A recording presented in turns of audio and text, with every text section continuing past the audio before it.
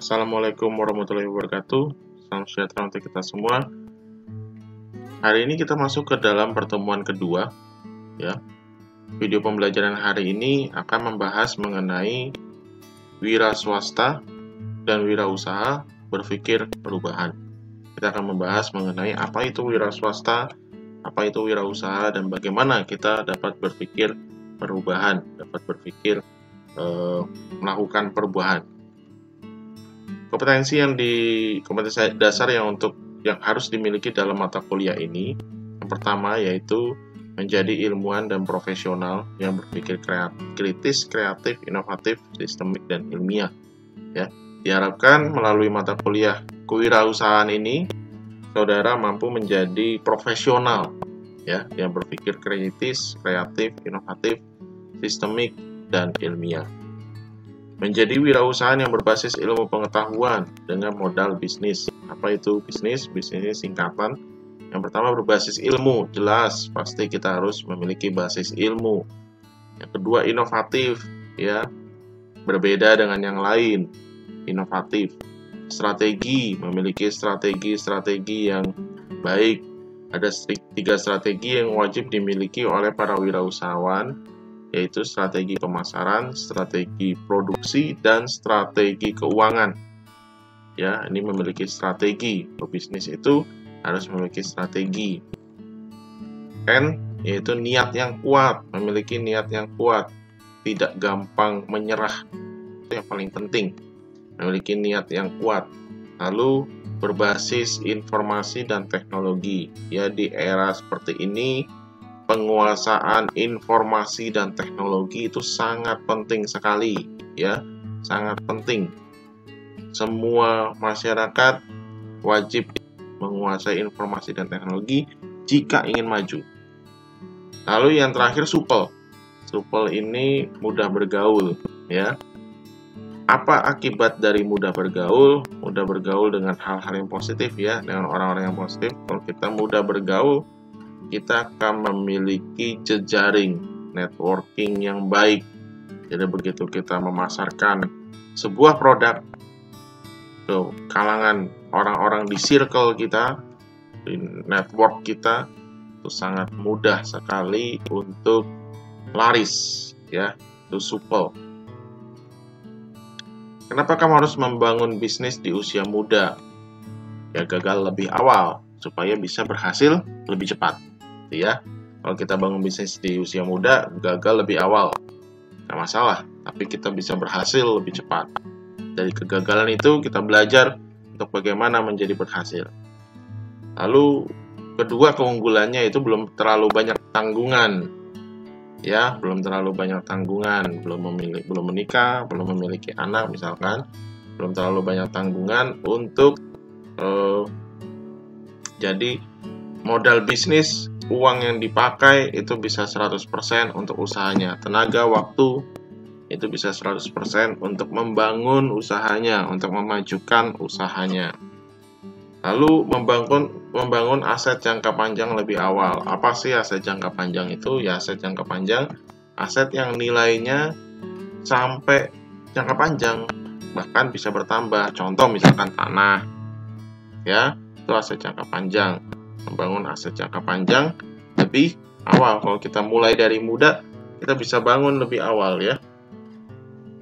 Lalu memiliki banyak peluang untuk mencoba berbagai macam hal. Memiliki banyak waktu, banyak peluang untuk mencoba berbagai macam hal terkait bisnis, ya, terkait bisnis. Gagal satu pintu, bisa buka lagi pintu yang lain, ya. Memiliki banyak peluang untuk mencoba banyak hal. Pertanyaannya, apa yang akan saudara lakukan setelah menyelesaikan pendidikan di BSI? Cari kerja, jadi wirausahawan, atau jadi karyawan sambil berwirausaha? Ini silakan saudara jawab di hati saudara masing-masing. Ini refleksi diri, ya. Lalu, bagaimana motivasi berwirausaha di kalangan mahasiswa? Orientasi mahasiswa setelah lulus jadi apa? Pertama, hanya menciptakan kerja, bukan menciptakan lapangan kerja. Akibatnya apa kalau kita fokus hanya mencari uang, mencari kerjaan, bukan mencari uang? Kalau mencari pekerjaan itu di kantoran berarti. Tapi kalau mencari uang itu beda, dengan berbagai macam hal, dengan banyak hal, ide-ide lain yang bisa kita bangun itu untuk mencari uang, tapi yang halal jelas ya. Kalau mencari kerja, kita fokus hanya mencari pekerjaan kantoran, orang yang menganggur tiap tahun bisa bertambah, saingannya ketat tuh. Pertemuan lapangan kerja semakin sempit.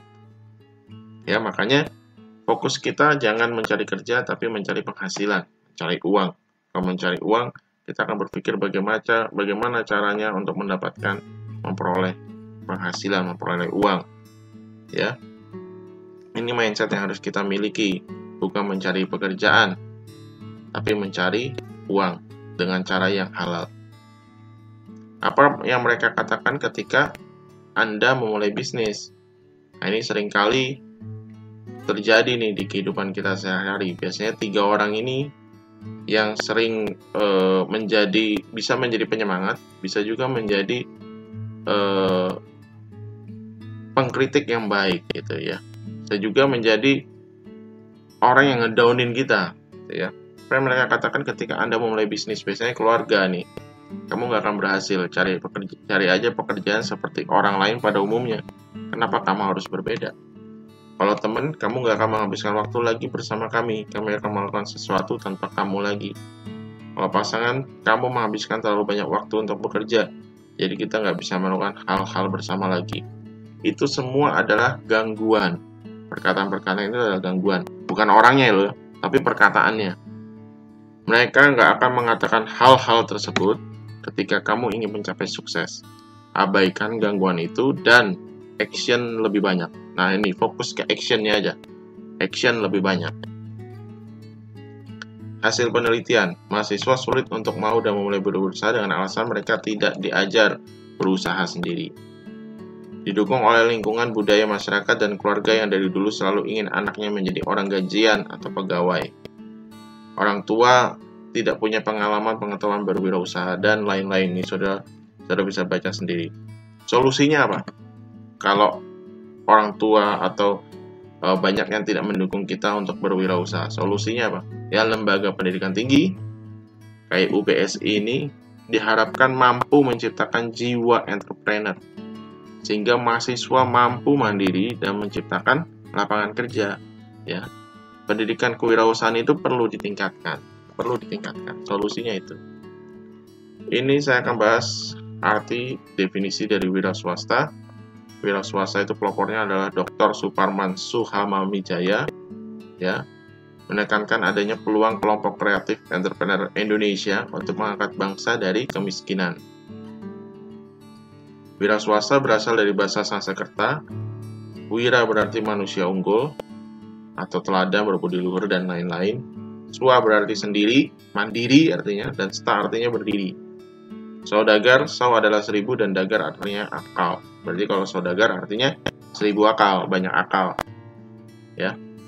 Lalu wirausaha berasal dari kata entrepreneur yang kemudian terjemahkan ke dalam bahasa Inggris dengan arti between taker atau go between, perantara. Wira artinya berani, sedangkan usaha daya upaya. Berani mengupayakan segala sesuatu. Nah, ini saudara bisa baca sendiri. Menurut wirausaha, menurut ahli ekonomi, psikologis, bisnismen, dan pemodal. Kalau menurut ahli ekonomi, wirausaha adalah kelompok orang yang mengorganisir faktor-faktor produksi, alam, tenaga, modal, dan skill untuk tujuan berproduksi. Kalau menurut ahli psikologis itu wirausaha adalah orang yang memiliki dorongan kuat, memiliki tekad kuat.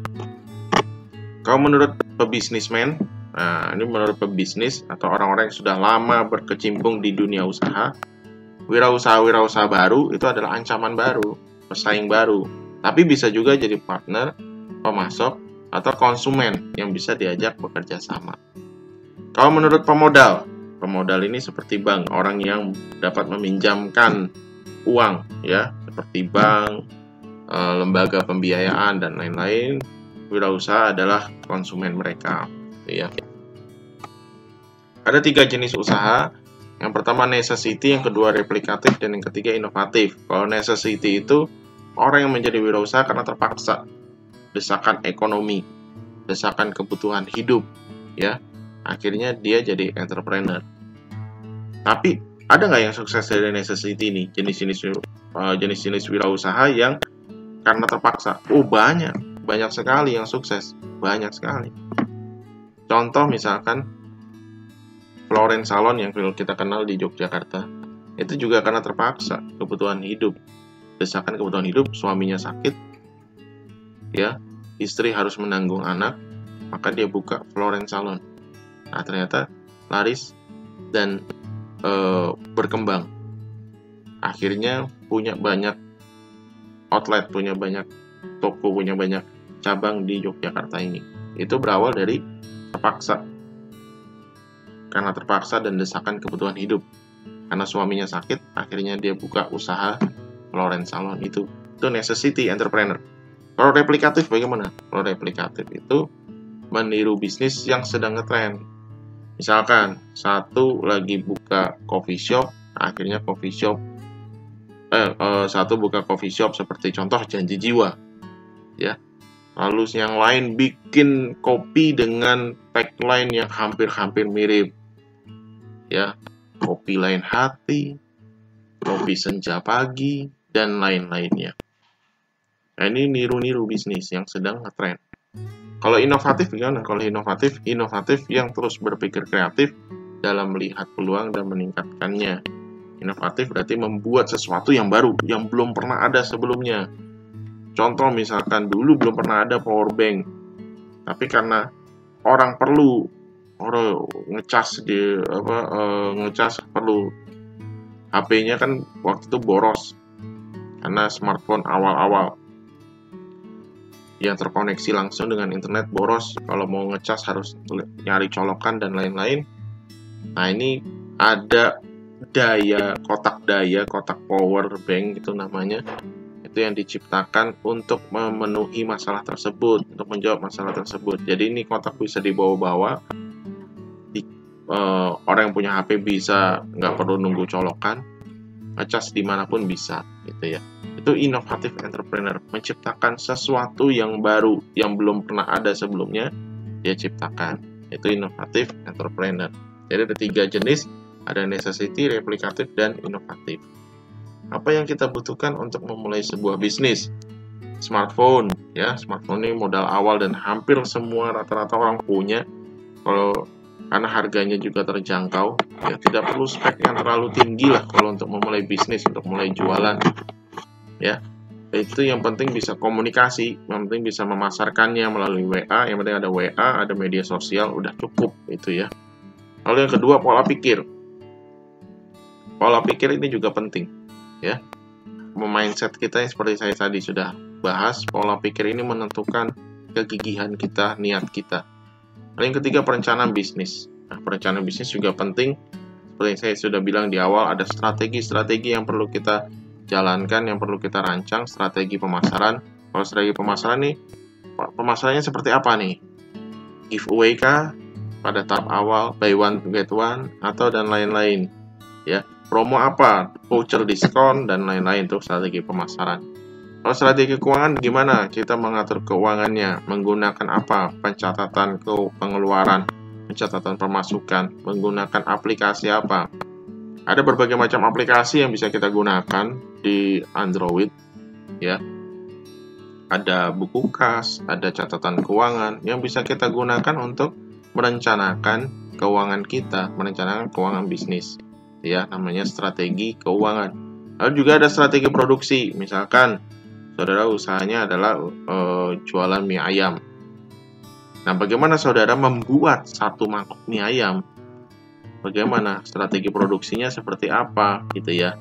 Untuk satu mangkok mie ayam membutuhkan mie-nya itu beratnya mungkin 50 gram, ya. Lalu sayurnya itu berapa potong dan lain-lain. Itu strategi-strategi yang bisa kita gunakan dalam merencanakan bisnis. Ini akan kita pelajari selama 1 semester ke depan. Lalu kegigihan.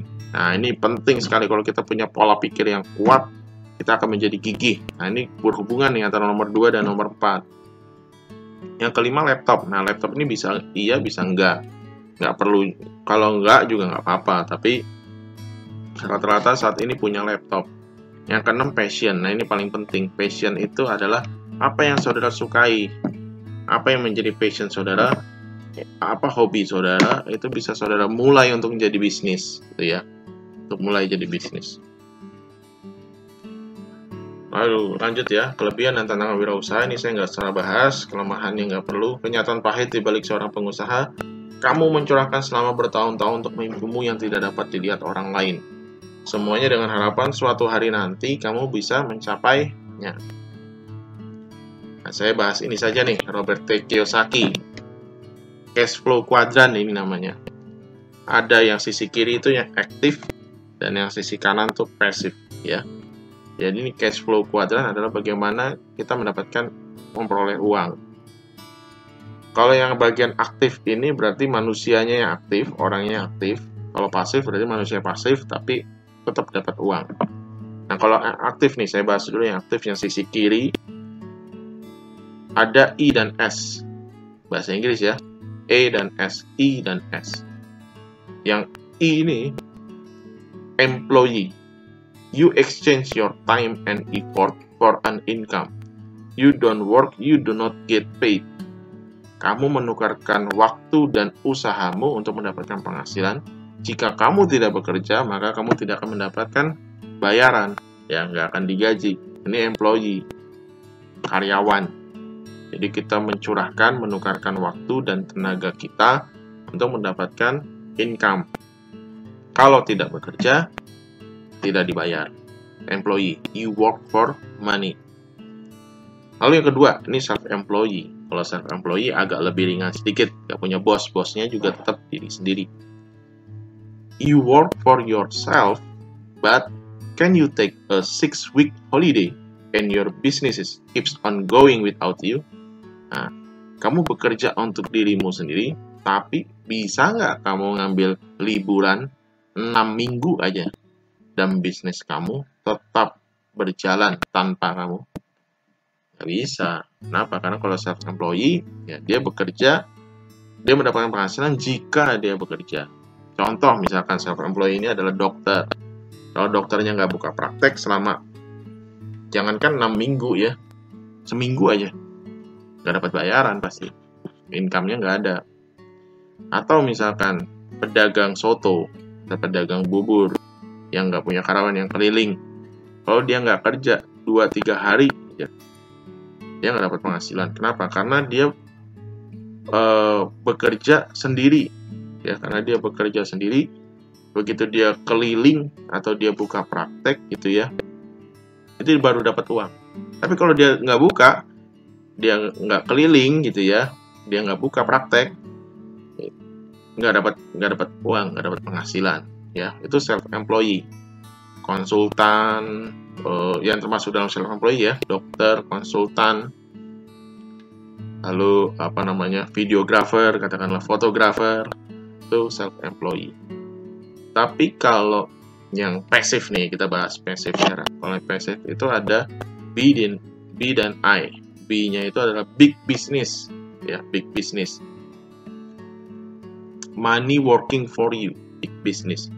These people have people working hard for them to generate them in income. Orang-orang yang bergerak di big business ini, yang memiliki big business, itu memiliki karyawan, memiliki orang lagi yang bekerja keras untuk memperoleh penghasilan bersama-sama. Ya, memperoleh penghasilan bersama-sama. Ini big business. Jadi kalau pemilik bisnis ini, dia udah nggak khawatir lagi. Udah dijalanin sama karyawan-karyawan saya nggak perlu ada di situ. Bisnisnya tetap berjalan. Ya, paling cuma sekali 2 kali ngecek bisnisnya, ya, cek penjualan, paling pas akhir-akhir bulan, cek penjualan, ngecek dan lain-lain. Tapi dia nggak perlu ada di situ setiap hari, nggak perlu. Ini big business, money working for you. Nah, ini ada tahapan yang paling hebat lagi dibandingkan big business, yaitu investor. They are the people that have money working hard for them. Jadi bukan lagi people have people to working hard, tapi people have money for working hard for them. Ya, there are the people adalah orang-orang yang memiliki uang yang bekerja untuk mereka. Jadi bukan karyawan lagi yang bekerja untuk ownernya, tapi ini adalah uang yang bekerja untuk ownernya. They are the people that have money working hard for them. Dan apa kerjaan orang ini? Dia cuma play golf and live a good life. Nah, investor. Nah, saudara diharapkan bisa masuk ke kuadran yang B ini, B dan I yang pasif. Kuadran 3 dan kuadran 4 namanya. Jadi kalau kuadran 3 big business, kuadran 4 adalah investor. Nah, ini yang saudara perlu pelajari supaya bisa mencapai tahap ini nih. Kalau bisa sampai tahap investor, wah ini udah hebat nih ya, kita udah hebat. Nah, itu cash flow kuadran menurut Robert T. Kiyosaki. Ini Robert T. Kiyosaki yang tengah ini, pelopornya, pencetus dari cash flow kuadran. Mindsetmu sangat penting. Aset terbesar yang bisa kamu miliki di dunia ini adalah mindset yang benar, ya. Kalau kita lihat di gambar ini ada 3 orang ini. Yang pertama ya dia sedih karena hujan, yang ketiga dia juga sedih karena hujan, yang kedua ini yang berbeda. Nah, dia malah senang begitu hujan. Senang saya hujan. Udah lama panas, hujan-hujanan lah. Hujan bikin saya lebih ceria misalkan. Mindset itu sangat penting. Aset yang bisa kita miliki di dunia ini adalah mindset yang benar. Maka dari itu mindset itu menggerakkan perilaku. Mindset adalah pola pikir yang mencakup hal-hal berikut ini. Sumber pikiran dan memori, pusat kesadaran menghasilkan ide, persepsi, perasaan, sikap mental dan merespon sesuatu, kepercayaan yang memori cara pandang, perilaku, atau sikap. 3 aturan sederhana dalam hidup. Jika kamu tidak mengejar apa yang kamu inginkan, kamu tidak akan pernah mendapatkannya. Kalau tidak kejar apa yang kita inginkan, ya jelas, jawabannya adalah kita tidak akan pernah mendapatkannya. Kalau kamu tidak bertanya, jawabannya akan selalu tidak. Ya, jika kamu tidak melangkah maju, kamu akan selalu berada di tempat yang sama. Ya, ini 3 aturan sederhana dalam hidup. Artinya kita harus aktif, Jenis mindset ada 2, fixed mindset dan growth mindset. Kalau fixed mindset ini memiliki keyakinan bahwa kepintaran, bakat itu keturunan.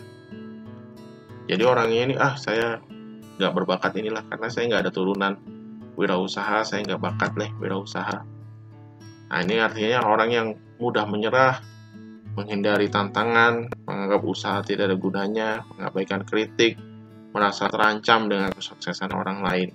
Ini fixed mindset nih yang perlu kita buang mindset ini ya. Yang kedua, growth mindset yang berkembang. Ini didasarkan pada kepercayaan bahwa kualitas dasar seseorang dapat diolah melalui upaya tertentu. Jadi dia memiliki keyakinan bahwa kepintaran, bakat itu bukan keturunan, tapi usaha. Ya, keyakinan bahwa intelijensi, kepintaran, bakat itu bukan keturunan, tapi usaha seseorang untuk memperolehnya. Ini mindset yang perlu kita miliki. Growth mindset berkembang. Cirinya adalah menerima tantangan dan sungguh-sungguh menjalankannya. Berpandangan ke depan dari kegagalan, berpandangan positif terhadap usaha, belajar dari kritik, menemukan pelajaran dan mendapatkan inspirasi dari kesuksesan orang lain. Komponen mindset saya tidak akan bahas terlalu panjang, ini saudara bisa baca sendiri. Nah, jangan sampai saudara menyesal di hari tua. Penyesalan terbesar dari tua itu apa sih? Gak punya bisnis, udah tua gak punya bisnis, cuma mengharapkan dana pensiun doang. Nah, itu yang salah ya, tidak punya bisnis, tidak memiliki tubuh yang sehat. Nah, ini penting nih, jangan sampai kita menyesal di hari tua nanti kita sakit-sakitan karena pada saat muda kita tidak pernah olahraga. Tidak menabung untuk pensiun. Nah, ini juga pada saat muda kita tidak menabung, akhirnya tuanya lontang-lantung. Tidak menabung untuk pensiun. Tidak berinvestasi. Tidak menghabiskan waktu dengan keluarga. Nah, jangan sampai kita menyesal di hari tua. Saat muda ini kita penting memiliki bisnis. Kita penting memiliki tubuh yang sehat. penting menabung untuk pensiun, dan penting untuk berinvestasi, menghabiskan waktu dengan keluarga. Untuk memulai usaha, kita hanya butuh 3M, yaitu motivasi yang kuat, mindset yang tepat, dan yang terakhir make it. Ya, motivasinya harus kuat, mindsetnya harus tepat, mindset yang tepat, dan terakhir adalah make it, jalan aja. Jangan remehin orang jualan, belum tentu penghasilanmu lebih besar darinya.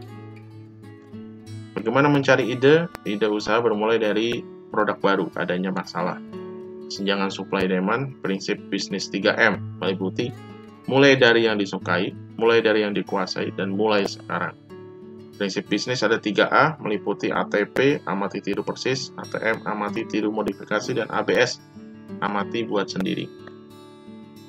Nah, silakan setelah buat kelompok ya, saudara udah buat kelompok dan ide sudah mulai terbentuk, coba buat desainnya ya, company profile, katalog, explainer, dan brosur. Ya, selesai materi saya hari ini. Terima kasih saudara sudah mendengarkan video pembelajaran, sudah menonton video pembelajaran ini. Semoga saudara bisa mengerti. Jika ada pertanyaan, saudara bisa hubungi saya melalui grup WA ataupun melalui chat pribadi. Terima kasih, sampai jumpa kembali di video pembelajaran pertemuan.